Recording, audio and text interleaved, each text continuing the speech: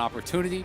So perhaps DRX don't want to grab that Lucian just because they don't want to fall into any sort of a trap, any sort of a difficult matchup that could be counterpicked.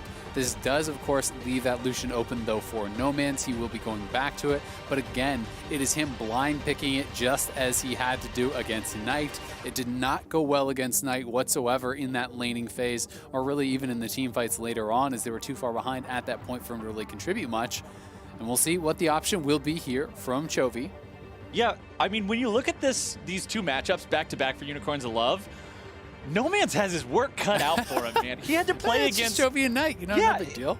First he has to play against the guy that most people consider the best mid laner in the world on his signature champion, and now he has to play against one of the other guys in that conversation on an Orianna. So we'll see how he's able to deal with that one in the 1v1 in that lane matchup. It is Graves, it is Caitlyn locked in for DRX. Unicorns of Love currently with 2 out of 2 run-back champions from the previous game, and Boss will get to go on that Camille. So he is going on the Camille. There isn't parity in the picks. I will be worried for Gadget and Santis, who did just get abused, because now you can ban out some of those matchups against Caitlyn that can be effective. If you're worried about AD, you can ban Ashe Jhin here and try to really bully that lane. Of course, Gadget can go towards some of those AP picks, but I do think Caitlyn does very well in that because you outrange so many of them very heavily. You can push, you can take plates. And on the other side, I do think it's going to be probably a Jax ban here if you want to try to protect that Camille. Renekton's already been taken out, so I think that would be the logical next ban. Ashe gone there for DRX, so they probably will go the Jhin route and try to secure the advantage on opposite sides of the map. There is the possibility of Dorian still going towards, aggressive picks. There are things that you can go towards, like even that Jace if they want to, but you don't have to. You can go and just take a tank matchup. Something like a Shen can be very effective against the Camille. You can actually win out in that 1v1 for quite some time. And Lux as the ban, so they are more concerned about the Caitlyn Lux combo than the Jax, so that is now actually still open, and I would love to see if Dorian would have the confidence to bring that out.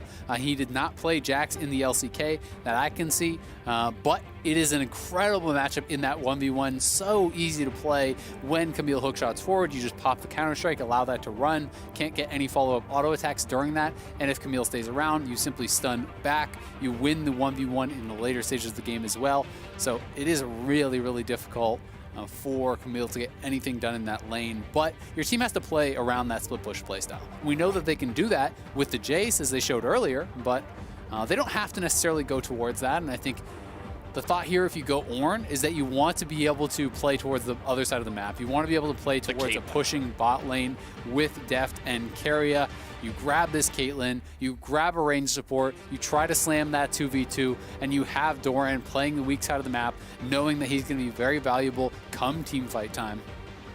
Lulu locked in for DRX. Unicorns of Love now for the second game in a row. Probably engage. Will have to deal with that Lulu, and thinking about Rakan. Yeah, as Rakan the or answer Nautilus could work. I mean, he could go towards the Thresh if he wants, but I think they're going to want some sort of point-and-click kind of guaranteed engage, something more than the Thresh. Because they don't really have much of that. If you're going the Bard route, you can try to set up with the ultimate, but I think Nautilus makes a lot more sense here, given that they don't really have any go buttons with their comp right now besides just that Camille ultimate, but you need some sort of frontline dive buddy alongside that Camille, usually for the Camille to be effective.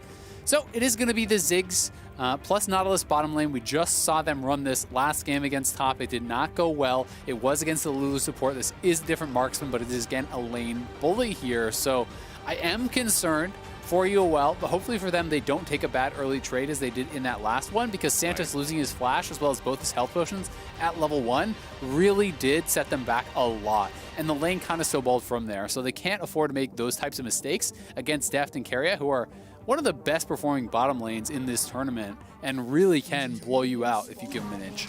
Yeah, I'm glad you bring that up, because that's something I wanted to mention as well. During the pause of the last game, we talked about how League of Legends is difficult when you're playing up against a team that it is such high caliber like this. Not only is there the pressure of, well, can we stay on even footing with them? It's, if you even start to slip, all of a sudden you're tumbling down the side of the mountain and there's no way to stabilize. They cannot afford those kind of mistakes if they want to be able to have a chance in this one. You can see here everything on your screen. We got Graves with the fleet footwork this time around. Often we do see Graves with a phase rush, so a little bit of a change there. Also in the mid lane, Orianna with phase rush. Sometimes you will see a different keystone on her, but this time around it will be that. Everything else looks pretty par for the course. I think given that there's quite a bit of range over on UOL, I think that's why we're seeing the fleet footwork here. You know, going up against the Lilia, the Lucian, the Ziggs. It's a lot of champions that you're not really like kiting out of. Right. So I think the thought process here is the additional health on the clear is always nice. And if you're getting poked, say by that Ziggs or even the Lilia with the Swirl Seeds as well as those Qs, you can deal with that quite comfortably also. It's going to make things like the Dragon solos a lot easier there too for Pyosik. So we'll see how he does want to try to play this out. But a nice early ward over that Dragon Pit is going to spot him trying to set up a split map here. So he is clearly playing towards this. But you can see Anonysik has full knowledge, crossing 2 wards there. And he's already on the opposing team's blue. So with that knowledge, Anonysik should just do a full clear on this blue side. Take away all 3 of those camps and try to get as much of an advantage as he possibly can. But it's going to be up to Santis and Gadget to survive now in what will very clearly be a weak side.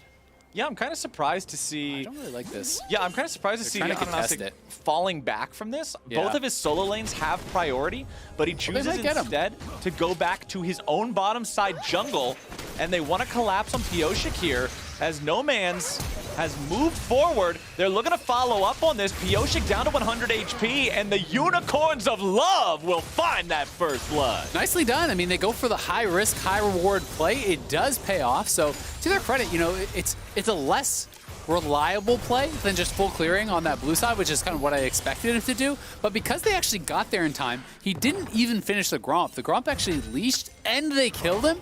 That is such a good start now here for Anonysik. So going for that risky play, I think it can make sense. You know, when you are the underdogs in a game like this, and to their credit, they saw that angle for the play. They made it pay off, and we'll see if Anonysik can get something done here this game now with a very healthy advantage. Yeah, having that jungler with a lead like that in the Lilia versus Graves matchup can prevent one of those tragic situations like we saw last game where Graves just has the freedom to do whatever he wants in the jungle throughout the game. Now, Pyosik will still be able to grab himself one of the Scuttle Crabs here on the top side, so it's not like he's getting too crabbed or anything. And remember that Anonysik started on his chicken camp and then immediately moved to the enemy blue. So his red is still up. And now Pyosik is not going to miss out on any opportunity to do some counter jungling. He's already in the enemy jungle taking the Krugs. He put the ward down on the red buff.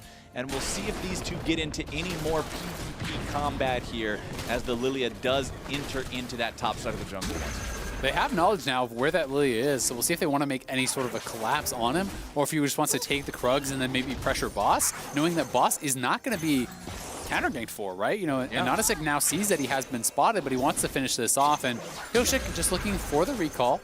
I feel like they could have put a little bit of pressure on Boss, and then maybe just go back towards your Gromp, which has spawned on that side of the map, then look for a recall, because it feels like a really low-risk play when you know that Lilia is actually already at the red, you're behind the Camille, try to set that Camille back a little bit, but won't beat the call. Ooh, nice engage there from Santis, making sure they get a good trade onto Keria. This is what we wanted to see in the previous game, right? This is what you were talking about. Nautilus threatens to all in. He threatens that big damage potential onto a squishier target like the Lulu, and when you do manage to catch her out, you can do some serious hurting on that health bar. However, look at the farm comparison. Yes, I know there's a large wave colliding with the turret, but Deft and Keria will do what they can to prevent this Ziggs from farming up well.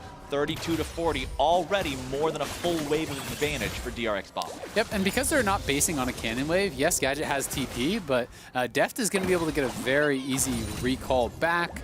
He is not going to be at any sort of a disadvantage not having that teleport.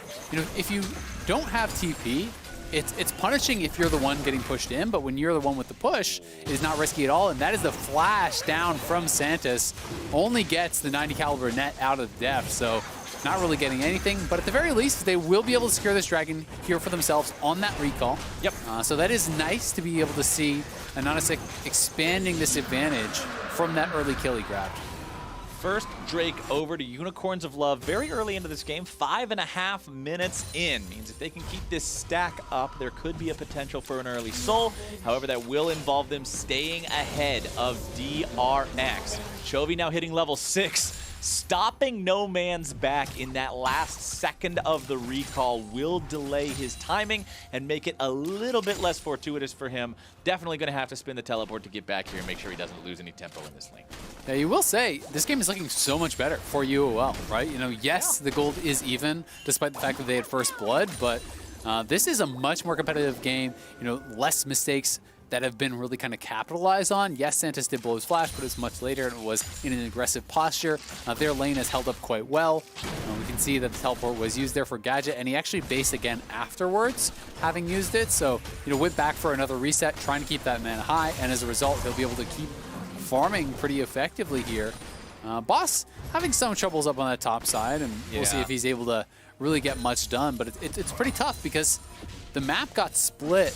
And it was in such a way where, you know, we saw Lilia did not end up staying on that side. So he has been kind of at risk of having that Graves behind him a few times. You know, we saw Graves taking away the Krugs, and Boss has to play with respect to that, which makes it tough to really push and get any sort of advantage. Yeah, but a 2-wave lead early on for an Ornn over a Camille, especially like as a split pusher into an Ornn, if you fall too far behind the line that Ornn is setting for you, you're never going to be able to do any damage to him. If he hits that level 13 point and he's got that Enchanted Sunfire Cape plus Enchanted Abyssal Mask, all of a sudden you're trying to use scissors to cut up a 50-pound meatball, and it's not going to do anything.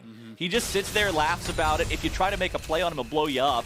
As No Man eats the shockwave from Chovy in the mid lane, returns the favor with his own culling, and the ulti trades. Oh my goodness, No Man's, that turret shot was not welcome.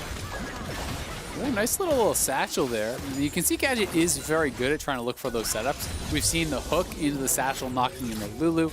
Now as Def steps forward, you're knocking him back. So you can try to look for those trades. It's also a guaranteed way to stack up your mana flow band, which is always nice on Ziggs. Every time the mana flow band proc is ready, you can just hit them with a satchel, and it's pretty much point and click. There's no real way to avoid that. So makes it a guaranteed way to get that extra flat mana and get towards the full stacks where you can then have that additional mana regen. I like the fact that the Gadget tried to make the nice little cheeky steal attempt on the blue there, but it's not going to do much of anything. Kyoshi did have the damage to make sure they secured that. Ananasik, though, in the top side here, grabbing the Rift Herald. That eyeball will be picked up. The Unicorns of Love have secured the objective all the way this time around. And they're moving towards the mid lane. Yoshik is hanging around here. Oh, over the wall they go. Nice play on to the enemy jungle. Yoshik is down. Looks like Chovy's backing up quickly enough, but at the very least you can zone him off. If you can get a turret plate down or two, you can actually drop Herald. I wouldn't mind seeing them, you know, try to play through No Man's, try to speed up his itemization in this game. He is going towards the tier build again, right? But you know, he's doing a lot better, it feels like, in the 1v1. You know, he was very far down on Knight, so he also is not going towards the Hex Drinker in this matchup. The Orianna not as threatening for that 100-0 style of play. So skipping the Hex Drinker straight towards the tier, and we'll be able to complete that a lot earlier than we saw last game. Exactly right. The Hex Drinker difference could mean a lot as we move forward here, just about at the 10-minute mark with an even game between the teams in terms of gold. Santos down here does take a lot of damage from Def's Caitlyn, and you can see that Caitlyn continuing to build these CS leads up further and further. You talked about it in the draft. Caitlyn versus mages, the power of the ranged punish combined with what you mentioned in the previous game about how you tax the mana, make it more difficult for the opponent to farm, it just leads to a situation where the Caitlyn is naturally going to get stronger and stronger. So Def's Caitlyn could be a big issue moving forward here as Gadget base checks the brush, and here comes the follow-up. Keria ends up taking the kill, and Gadget's in the ground. DRX are finally on the board. Nicely done by DRX, and yes, the Lulu took the kill, but honestly, I'd rather have that happen than have Def have to spend his summoners, because now he maintains the summoner advantage. He's not really at risk of getting ganked or punished here. And they are looking for some damage on a No Man's. Ooh, flash for flash. Very, very heads up there from No Man's, making sure he gets out. But meanwhile, bottom side, it's a 1-for-1 trade.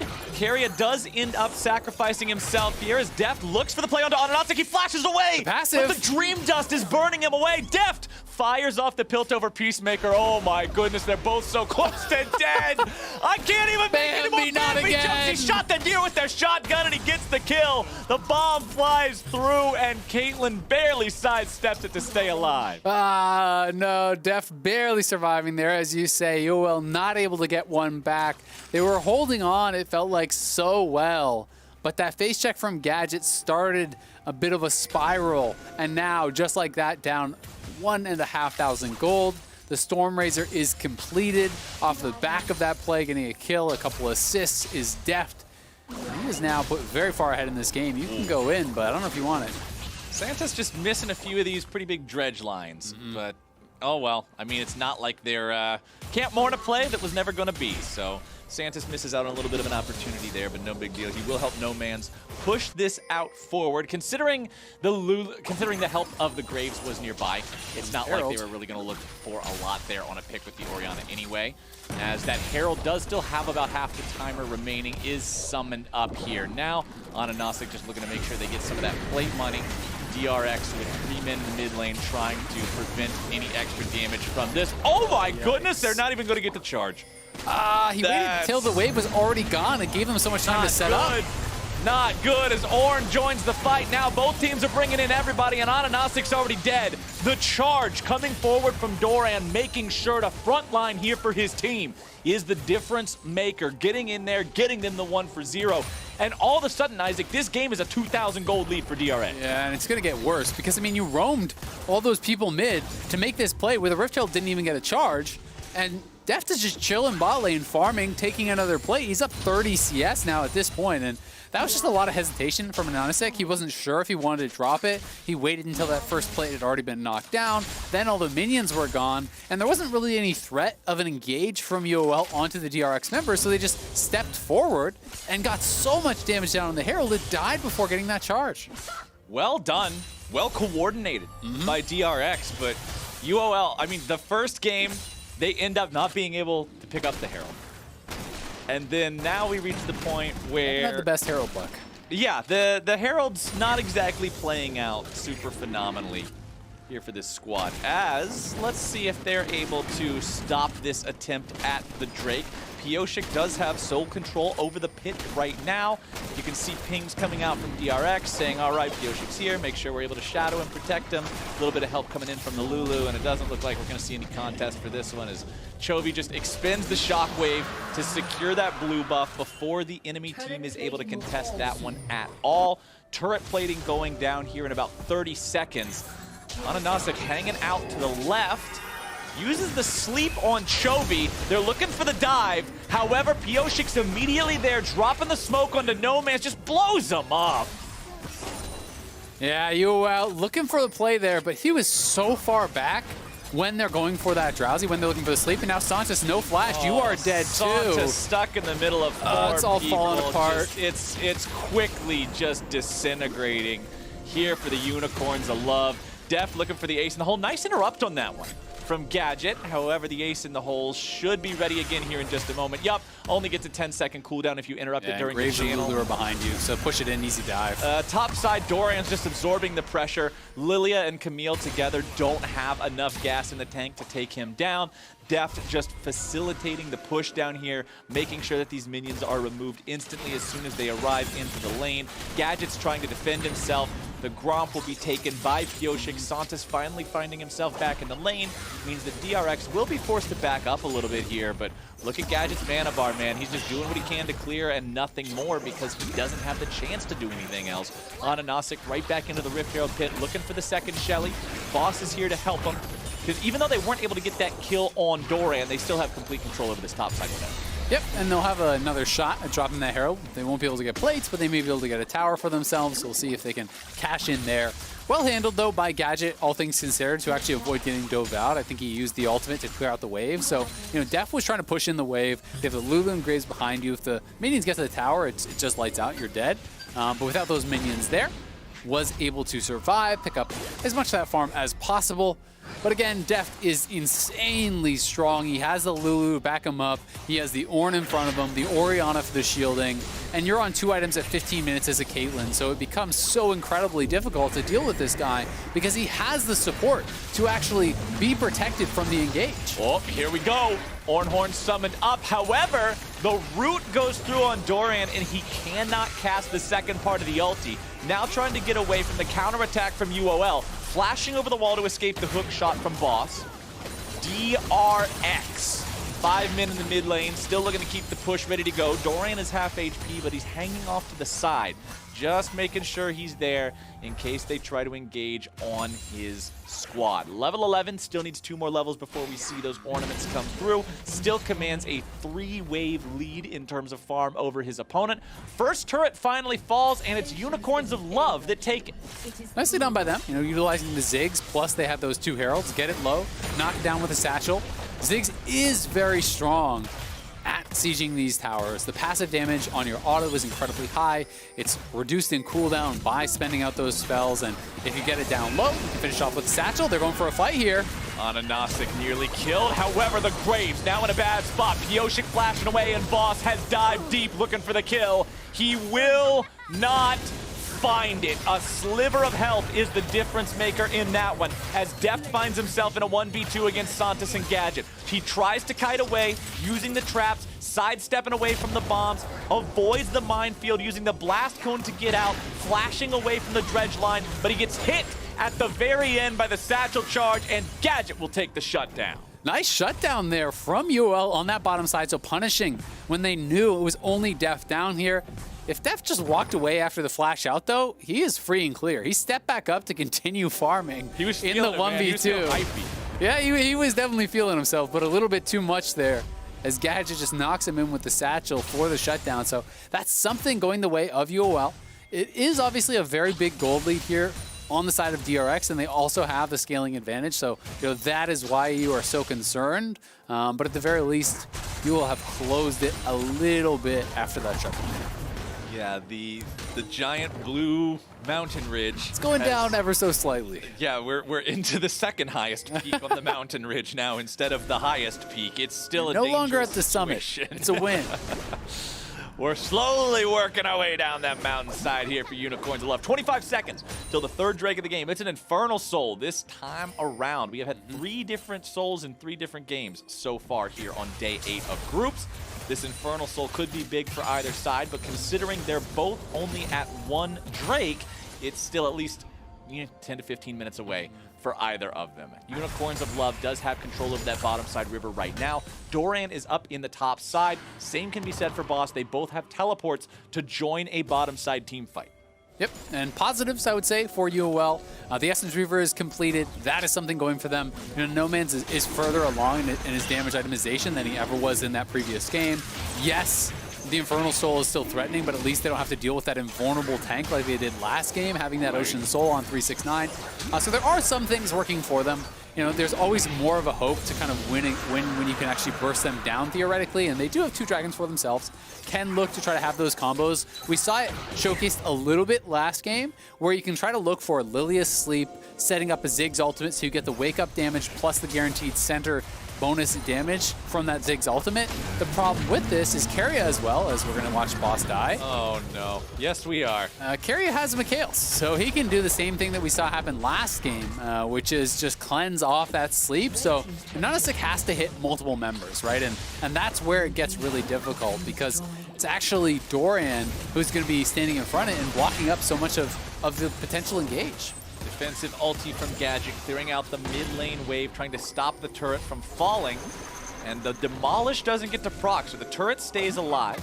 Ananasic hanging out to the side, but as soon as that control ward's placed, he has to retreat. Deft is so strong on this Caitlyn. He has that 2-item kneecapper power strike, where the champion just hits you from 800 range away, and all of a sudden you can't walk anymore because of the Storm Razor proc. Just incredible for setting things up, as Pyosik finds Santos and half of his health bar immediately even through the shield. The Graves is very scary. Warrior plus the Umbral Glaive already completed, and then in the inventory you can see the parts for the Cleaver. And the experience is what's so concerning again, right? Last game, Ananasic was level 6 to level 8 against that Graves. Now again here in that kind of rematch of those champions, he is down 3 levels. Pyosik is ridiculously strong, has a monstrous CS advantage, as well as being able to get some gold from those turrets up on the top side. And you saw, Boss, who is kind of their split push hope, when he face checked that Graves, you just get burst down. You don't really have much of a chance, even in that 1v1. And talking about the 1v1,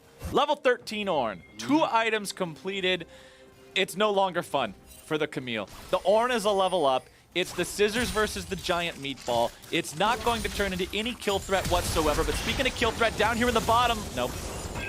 They tried to make the move. They thought they were going to be slick. However, maybe they are. The sleep finds its way through, and Chovy gets blown up. They make a liar out of me. The Unicorns of Love show their horns, and they take the kill. Nice pick there. We saw that Lilia ultimate plus culling combo coming through onto Chovy, and again, a little bit greedy from these carries on DRX. Deft flashing away from the hook, stepping back forward in that bottom lane to farm, gets killed. Same thing happening here from Chovy. Chovy was kind of out, but he turned around for the fight.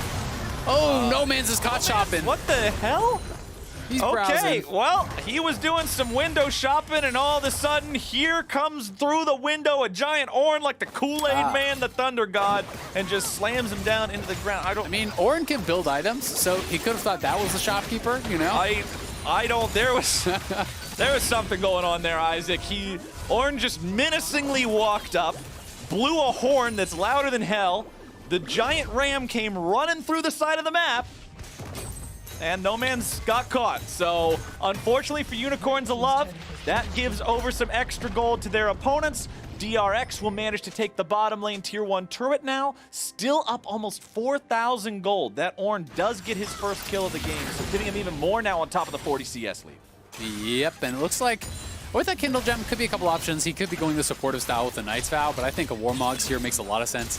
Anytime you are Ornn against a split pusher, you don't actually have to win the 1v1 in the extended fight. All you have to do is build Warmogs and spend your health to clear the minion wave, and then back up to the tower, regen with Warmogs, step forward. And you can kind of do that infinitely against the Camille as long as you don't let the Camille move up to that tower. And oh no. Oh, you're dead. Speaking of Camille, this is such a feels bad game for Boss. Every single time he tries to go into the jungle, Pyosik is just there waiting, ready to go on this super farmed up Graves. He's got more farm than his mid laner. He's at 214, Chovy's at 210. Yeah, he is so strong. I mean, even the levels, right? Now he's 14.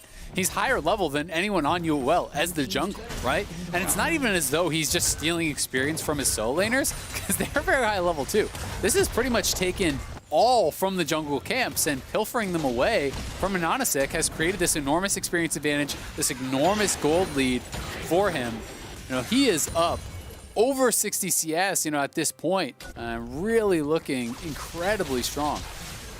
Okay, Unicorns of Love, you're gonna have to staunch that bleeding and find yourselves a good fight here. We've seen the Lilia sleeps make some things happen so far, but they've got to be very respectful of that Mikhail's Crucible and its ability to stop it. And now they're going after the Baron. However, DRX is aware of what's going on, and Unicorns of Love have to back away. Yeah, gonna have to back it up, but worth a try. You can see that Landry's done now for 2 of the members, and Anonasik has that, Gadget has his 2 items. So they do have very good wave clear. If you can not get dove and just continually defend these turrets, you can kind of delay the game quite a lot with Ziggs.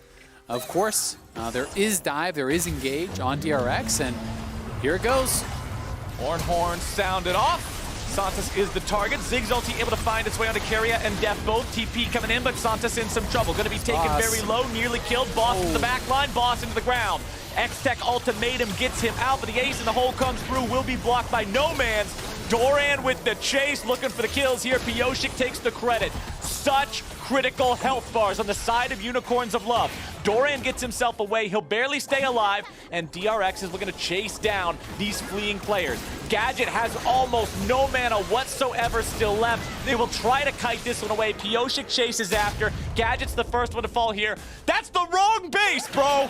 Anonasik is trying to get out of there. He's spinning that thing around in a circle. He's fighting some minions. Watch out, there ain't no eep. That's a sniper rifle. Bambi got hunted by 2 different calibers today, and Deft is taking no mercy. Picking up yet another one for himself. 3, 1, and 4 on this Caitlyn. Yeah, the hope is getting more and more dim here for UOL as they get wiped off the map by DRX in that team fight and trying to teleport in here to get something done, but Pioshik is so strong still. No Man's and Boss trying to fight against these guys, but Dorian is just eating that whole calling. Breakfast, lunch, and dinner. Oh, baby, we got ourselves a winner. DRX with the double kill on the jungler. They pick up 3 for free, and now the map is theirs. On the way to Baron now, you grab the dragon. UOL trying to look for those desperation plays, trying to find a pick back, but DRX are ready for it. And they just TP'd into the waiting arms of DRX, who are now going to add another tower, another Baron. Gadget here trying to look for some sort of a steal. Nanasik does have flash. You've got to try. You've got to try to make something happen. 8,000 gold down, you got no choice. Anonasik and Gadget, what's it going to be? Can they make some sort of a hero move here? Ziggs ulti comes through, Anonasik over the wall, he gets it! The pineapple with the steal! Let's go, UOL with the Baron steal here. Unfortunately for them, it's just going to keep them alive. It's not going to be that massive turning point just yet because they are so far behind. We got that Red Bull Baron, and if that Baron goes over to DRX, I think the game 100% ends during the Baron. So this was massive for them. And it was actually DRX looking for the zone out play here, but they land the sleep onto Keria. They throw the Ziggs all over top, utilizing the combo there, getting him very low. And Anonasik just runs right through Doran, forgetting the bouncer at the door. He just goes right past him, straight into the club. And he steals the Baron. And yeah, as soon as he gets into the club, he gets his ass kicked and thrown right back out onto the sidewalk. But he got to dance with your girl first. He got in the club, and that's the important part. And now the Red Bull Baron belongs to Unicorns of Love. They will be able to stabilize this game at least for the next 2 minutes. No, it's not going to be a power play that turns around the fate of the game and saves the Unicorns of Love and everything turns into sugar and rainbows and it's wonderful, but they're not dead. Yeah, I mean, it prevented the end of the game. That was a game-saving play there for UOL, so an incredible steal by Anonasik, him and Gadget creating the space for him to run past Doran and Keria. Stealing that Baron is huge. And you never know, with the Baron buff with Ziggs, maybe you can stall it out here. They are looking for a potential pick onto Deft, but it will be tough with Mikhail's available. Deft also has his 3 items. DRX playing a little bit fast and loose, you have to say, this game. Quite a few kind of unforced errors, it feels like, have come out from them. Yeah. So they want to try to clean that up a little bit, but they are still in a very commanding position. I mean, Pioshik is level 16. This is just absurd at this point. He's got Infinity Edge. I mean, he's got the upgraded Black Cleaver. He is so ridiculously strong. 8 kills. This Graves is just in a spot where as long as he doesn't die to some instant wombo combo burst, he can just do whatever he needs to do. He's got the Lulu behind him. He and Deft walking away. A little bit of damage onto him from the Lilia. Anonasik losing so much health here. Deft's auto attacks on this Caitlyn, who also has an Infinity Edge, double Infinity Edge, on the side of DRX, ready to go, locked and loaded. I mean, he's got Flame Horizon. He's 3 CS away, so he gets one more camp before Anonasik does, which could easily happen. Then he does achieve that Flame Horizon. It's been a while since we've seen it. He is up above the enemy mid laner. He is way above the enemy top laner. Pioshik is just so ridiculously strong, and the lane, really, the Rift is kind of just his kingdom at this point. He can go anywhere he wants, fight anyone he wants. UOL need multiple members to even think about contesting him. And if you face check this Graves, there's really no one on UOL that can survive him at this point. Yeah, there's also some free power just waiting for DRX the next time they all group up. The Ornn is level 17, which means all ornament upgrades are available. There is one already given to Pioshik, who did just get that Flame Horizon, as you said. The Dorian already has both of his and Pioshik's. There you see the Rabadon's Death Cap now upgraded into the Death Crown for Chovy. And when you look in the inventory of Deft, that Infinity Edge is ready to be upgraded to Molten Edge ASAP as well. The team's sitting on a 9,000 gold lead. The Drakes are still at least tied, so that's another saving grace here for Unicorns of Love. It's not like Infernal Soul is up in 30 seconds. Yes, it's Soul Point. Yes, you probably can't contest it in open ground with a 9,000 gold deficit, but it's still not that Soul, at least. As Anonasik finds his way onto Doran, but that's not a killable target. No, it really is not. I think that he was maybe trying to get around behind and actually cut the wave. They're pushing up on that top side, so they're trying to utilize this Ziggs wave clear to hold the lines. The Baron is off the map right now, so they might just give up this next dragon, try to wave clear, try to trade on the opposite side, but no man's, you are in trouble. Oh man, he's able to find the ulti in the second part as well. Doran looking for the solo kill on the Lucian. Takes him down to 5% HP, just reminds him whose lane he's in. Yeah, and he's got the Warmogs, so you give him a couple seconds, he's gonna be right back to full. And here comes DRX on the other side. They're taking the dragon, they're sieging the base, they're defending on the top side. They are running the map right now, and the first inhibitor gonna be dropping here for UOL. Inhibitor down in bottom lane. Pioshik wasn't even there, so DRX wasn't looking to go all the way for a fight. They only had the 3 players, but they still secured the inhibitor. They got the Drake for themselves, and now it's another minute until Baron spawns. They have complete control over the entirety of Summoner's Rift. You can see Pioshik comfortable to just hang out here by himself. He still has brown boots. This is one of those games where you go back to shop and you got 3,000 gold every time. Flash over the wall from Chovy. Santos with the flash follow-up. Nice pick. Comes out for the side of Unicorns of Love. That's big for them. Every kill is going to buy them a little bit more time in this game. And, you know, as they get more and more experience, more and more gold, they will have opportunities. I think it's going to be incredibly tough for them, you know, with this next Baron coming up, with the next Infernal coming up, meaning Soul for DRX. That is where UOL likely has to kind of make their mark in this game and look for a fight. But Pioshik, uh-oh. Oh, no. This has already happened. I can't believe he doesn't want it. This has happened like 3 times this game. If this happens again, Ananasik's hanging around nearby. Boss still just content to find patience of a saint here. The patience on this man. Just waiting. Just chilling. Having a great time. Okay, here we go. Starting off. Red Smite goes through. Collateral damage comes out. Ornhorn! Nope, not quite, but a flash plus the end of the line. Might be able to pick up another one here on the No Man's. Instead, going to be shut down.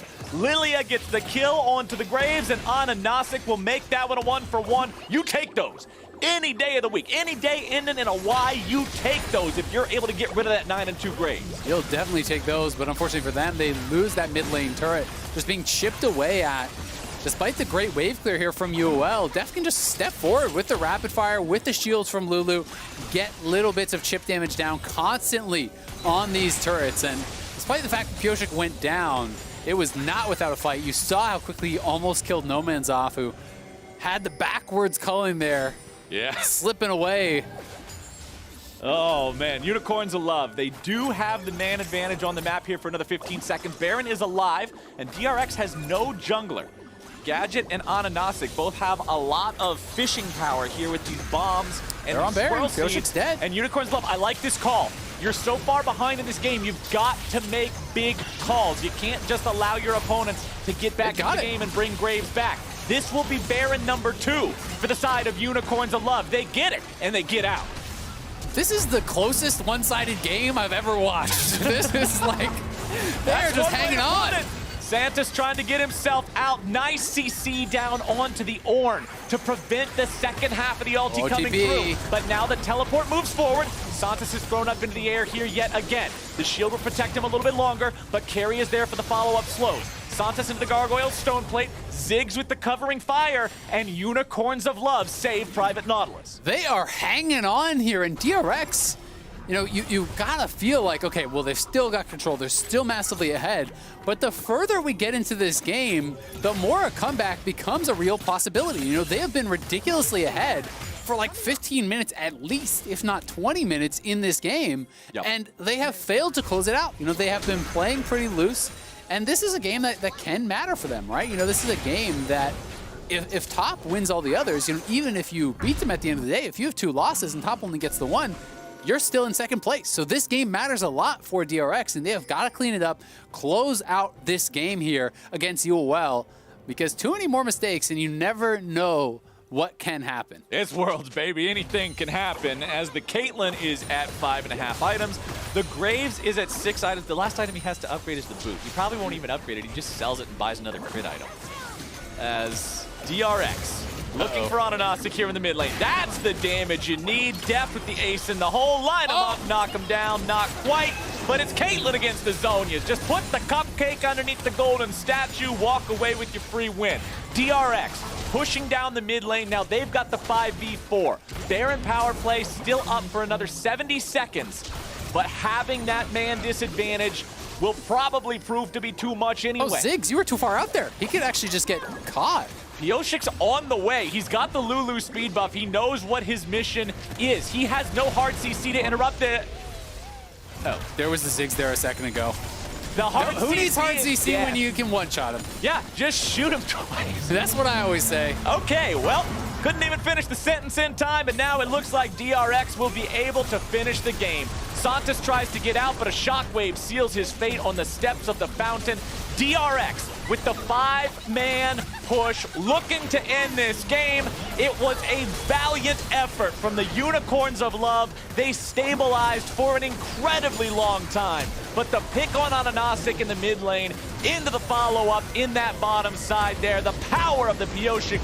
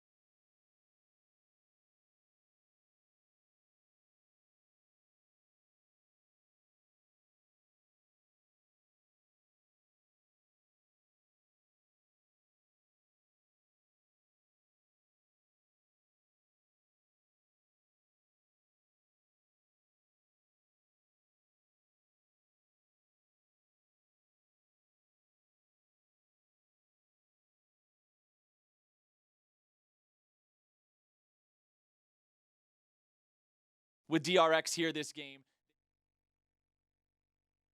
The games that we've seen before. Lots of stuff just sort of seemingly going randomly awry. You expect to see them not be playing that way when it comes to that matchup against top esports. They'll have to take that one incredibly seriously. But man, today was just, it was the Pioshik show. They still were able to find the win. As soon as Unicorns of Love gave them the opening, they ended the game very swiftly. And they're in that spot now, like we already said, 4-1. They've done their job. It just comes down to that matchup with top at the end of the day. We're taking a break, but as we go, let's check out Fnatic's comms versus LGD yesterday.